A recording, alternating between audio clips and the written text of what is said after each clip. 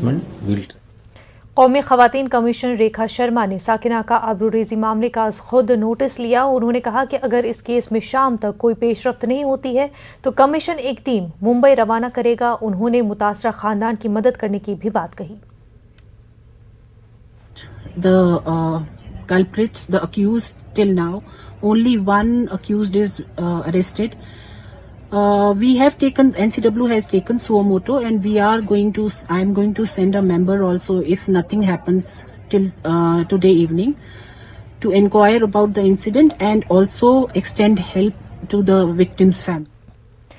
उत्तर प्रदेश में जराइम की वारदातों में मुस्तकिल इजाफा देखा जा रहा है। अब बस्ती में एक इंसानियत सोज वाकया पेश आया है। बस्ती में एक लड़की तशद्दुद का शिकार हुई। घर से तकरीबन 1 किलोमीटर दूर लड़की बरहना हालत में बेहोश मिली। जिस्म पर चाकू और ब्लेड के शदीद जख्म पाए गए। कप्तानगंज थाने का ये पूरा वाकया है। जिला अस्पताल में मुतासरा का इलाज जारी है। उठ के सभी 4 बजे बाहर भीतर जाते हैं। हाँ, सोच के फिर भी गए थे तो 10-15 मिनट जब टाइम हो गया तो इनका मैंने बैग देखे नहीं कि कहाँ है कहाँ नहीं, ढूंढ रहे थे नहीं पाए, वापस आ गए तो कोई आदमी टैक्टिक मैंने लेटरिन करने जा रहा था। हाँ।